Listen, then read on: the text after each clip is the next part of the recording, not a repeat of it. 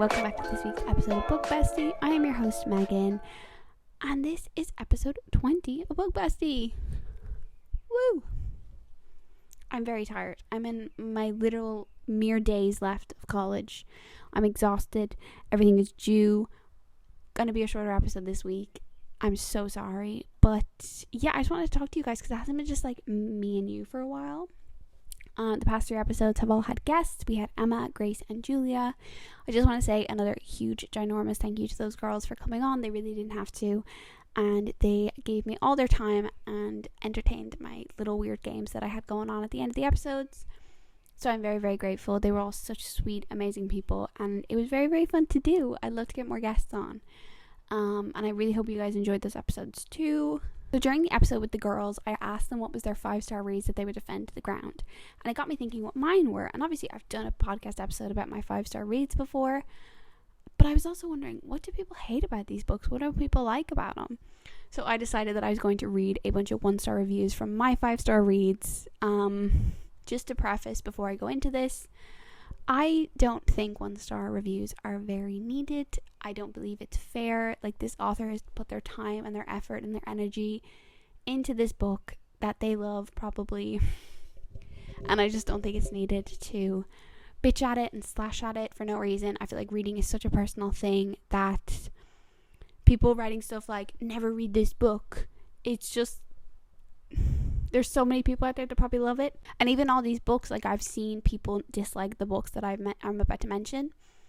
But I just don't feel like it's very necessary to write some big, huge, like 20-page document about all the very specific things you hated about this book. I just think for you personally could spend so much of your time just doing something else. I feel like that would just be way better for everybody involved.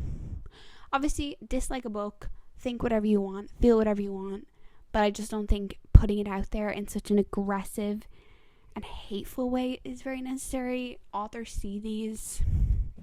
I couldn't imagine writing a book and going onto Goodreads and seeing some of the stuff that people said. Like, I really took a lot of like the funnier ones and the tamer ones, but there were some really awful ones up there. So just please remember, before you leave a review for a book, the author is probably going to see that, maybe the author's family. Like, just really think about if that was someone in your life. Would that be a great feeling? Just remember. But anyway, my preaching aside, let's get into the episode. So we're going to start off with A Court of Thorns and Roses. Now, I've seen mixed reviews for this book just on TikTok, but it actually has a 4.20 average on Goodreads, with 18% of ratings 3 stars or below, which isn't awful. That's not bad, okay? I literally talked about how awful bad reviews are, but I'm gonna be laughing at all of these, but some of them are just so funny. Okay, I am seconds away from dousing myself in gasoline and lighting myself on fire just so I never have to look at this book again.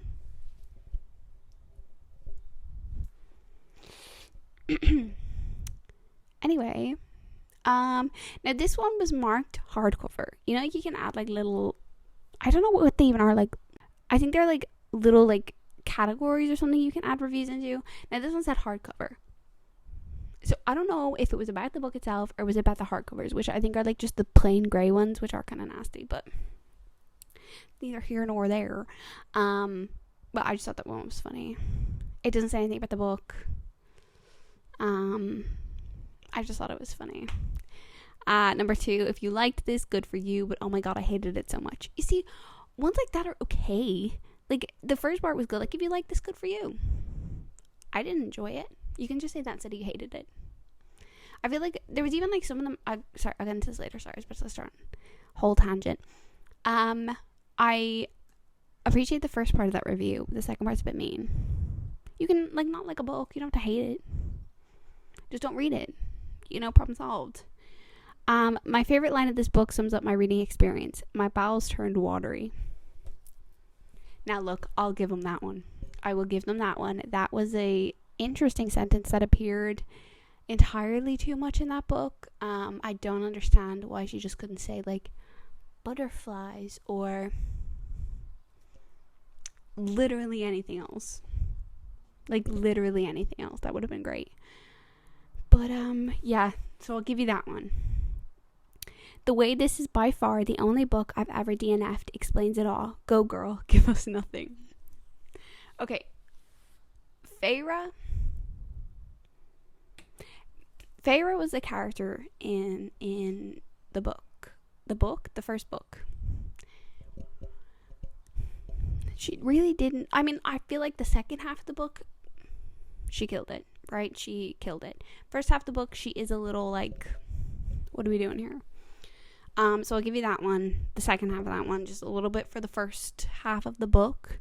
But after that, like, I can't support that. Like, she really did defeat a big worm. She couldn't read. She could defeat a big worm, and I feel like that's all that matters. Trying to cleanse this series from my brain. Heart. Like, why read the whole series then? I feel like I know about like 10% into a book if I'm not going to enjoy it. So why read a whole series if you're not going to enjoy it? You know what I mean? It just feels like a waste of time. Your time and her time. You know? I'm sorry. What? This is Bella Swan Wattpad. I am gently doubting my sanity right now. How is this book so hyped up? If you're looking for a good laugh, then this book is definitely for you. But if you're looking for a good story, then you should definitely steer clear of this one. I feel like this one's just like so untrue. Like, even if you didn't like the books, I feel like the story is pretty solid. I really don't feel like there's anything.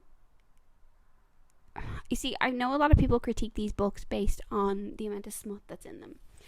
They're just like, oh, it's just like face smut and there's no story. But there is a story, and there's serious growth, especially with Feyre and her sisters-ish. But there is, and I feel like that's a really...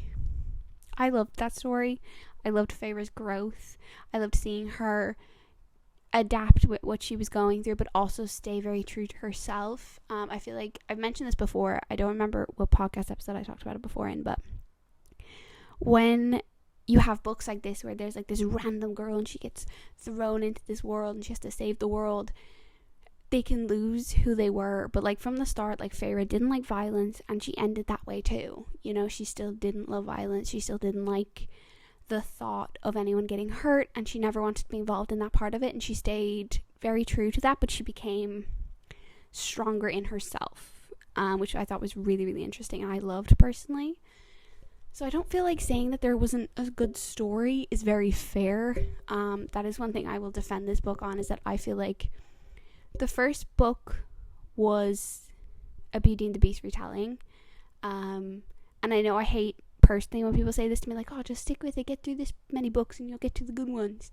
But honestly, like, once you get through the first book, it really sets everything up. But the second book on is just like chef's kiss. So the next book that I'm going to talk about is A Court of Mist and Fury. Now, this book is a fan favorite. Everyone loves the second book. It got a 4.65 on Goodreads, but about 6% of the ratings were 3 or under.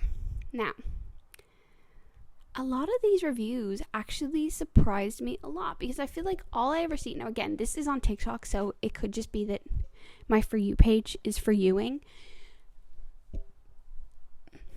Am I going to leave that in? Probably not.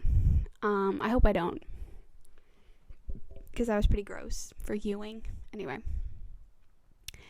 everyone loves Reese, from what I know anyway, but all of these all these reviews were like so mean. And it shocked me a lot. So anyway, so the first review is, I love Reese, but this is complete fucking garbage. You don't have to make a person a shitty villain to change love interest. People fall out of love. It's okay. My ex ain't coming back to wreck shit up. He moved the fuck on. Tamlin and Reese aren't besties. So obviously that just means that, like, to him it was like a betrayal. That she went for his, like, enemy or whatever. So I understand why he came back to, like, fuck shit up. I feel like a lot of people failed to see, like, Tamlin's growth in the first book, and how he did truly fall in love with Feyre, and how, even though he was, I'm trying to, like, word this right, even though, like, their relationship wasn't great, and he obviously kept her basically captive, he loved her. So I feel like the person that you love leaving and going for someone that is like an enemy to you, which Reese kind of was, obviously you're going to be pissed off about it. You know what I mean? And you don't have to like see these people all the time. And number 4 was When You Fall in Love with a Bat. Why was that 1 star? I didn't understand that. I feel like that's not positive, but it's also not negative. It's just a sentence, so I don't understand why that was 1 star. That kind of confused me a lot. Number 5 is, so it's been said that this book has a lot of sex in it, that it's erotic. Well, I looked high, I looked low, I looked under the couch cushions. I found 23 cents, a matchbook for the long-gone Aladdin Casino in Las Vegas, and a mint covered in dog hair. I even found Jesus. But for the life of me, I couldn't find the erotic in this book. To be honest, like, reading all the bad reviews and seeing how many people were giving out about the smut in the book, it made me kind of, like, sit there and go, do I remember any of it? Like, I genuinely don't remember reading that much in that book. I feel like, yeah, I don't know. I don't really, it's not like, obviously it's not the first thing that springs to my mind because I don't really care. I love romanticises.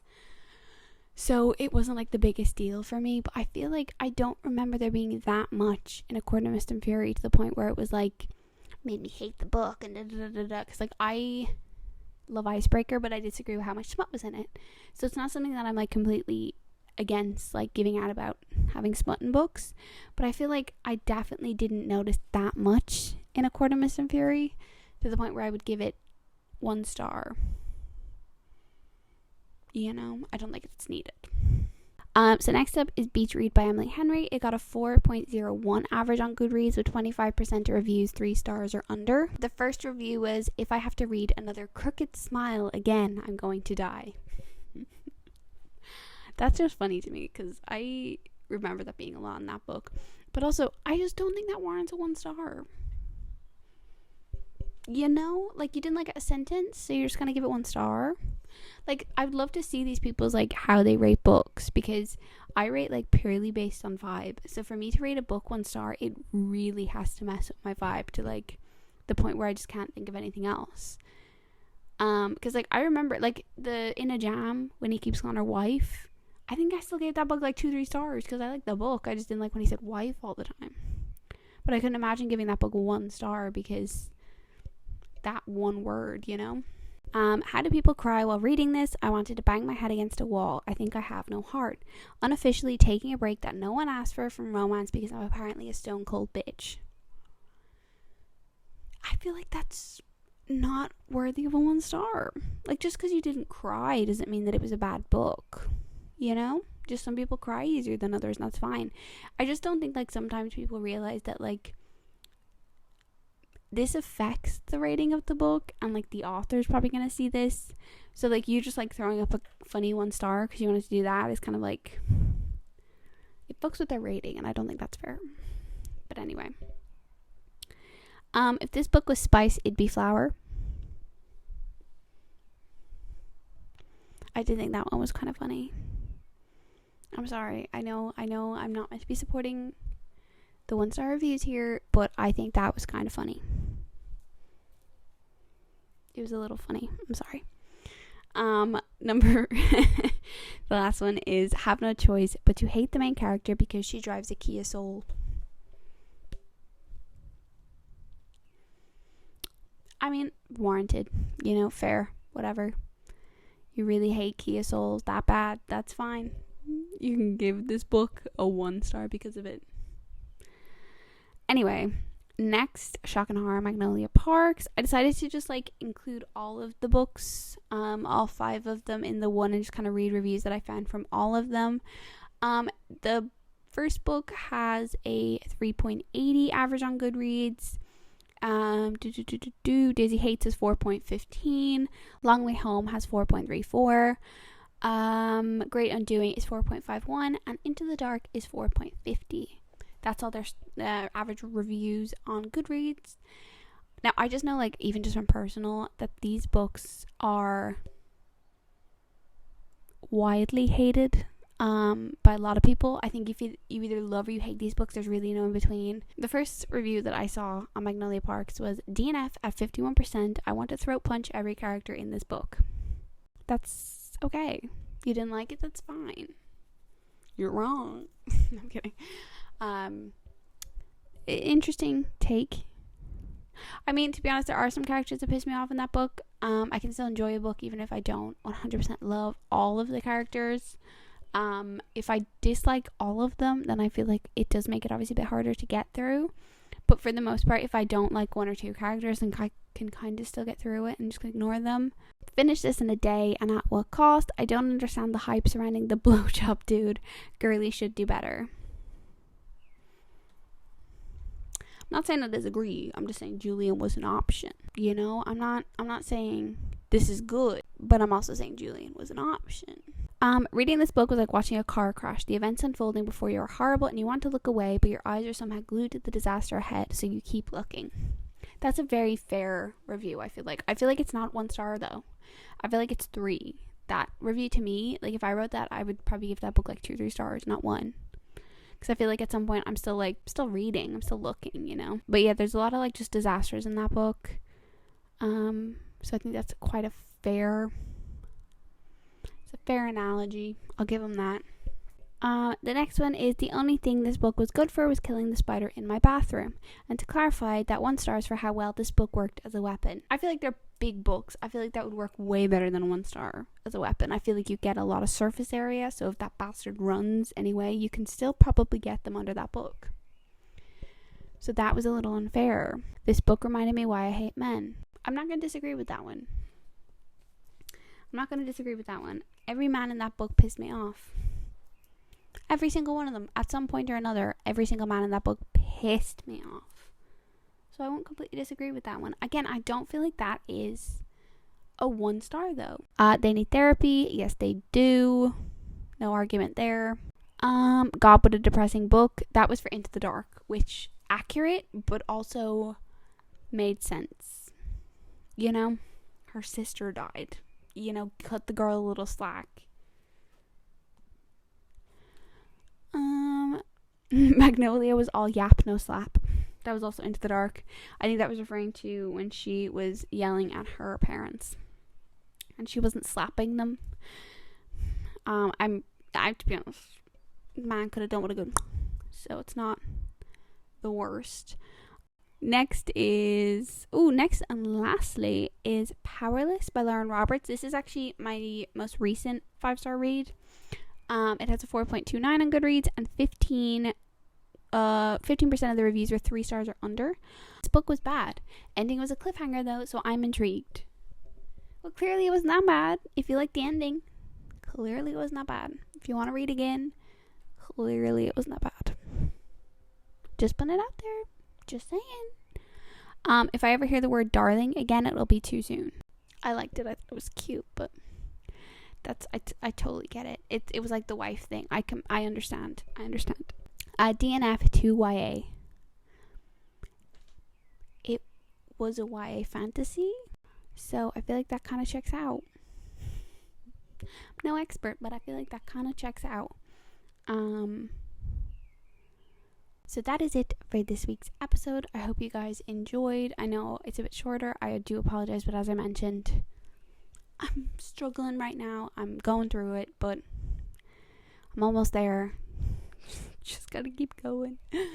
But anyway, yes, all the usual stuff. Follow me on Instagram, Megan_Jor, or Book Bestie Pod. TikTok, Megan_Jor. The YouTube is Megan Jor, I believe. Come join our book club on Discord. The links are always in the description on the episodes and on the YouTube. They don't work on the Spotify and Apple Podcast one, so you might have to head over to either the Instagram has the link in the bio on the link tree. Rate the podcast. Helps tremendously. It means Spotify push it more, and that helps a whole bunch. But yeah, thank you guys so much for listening. I love you so much. I will see you all next week. Bye.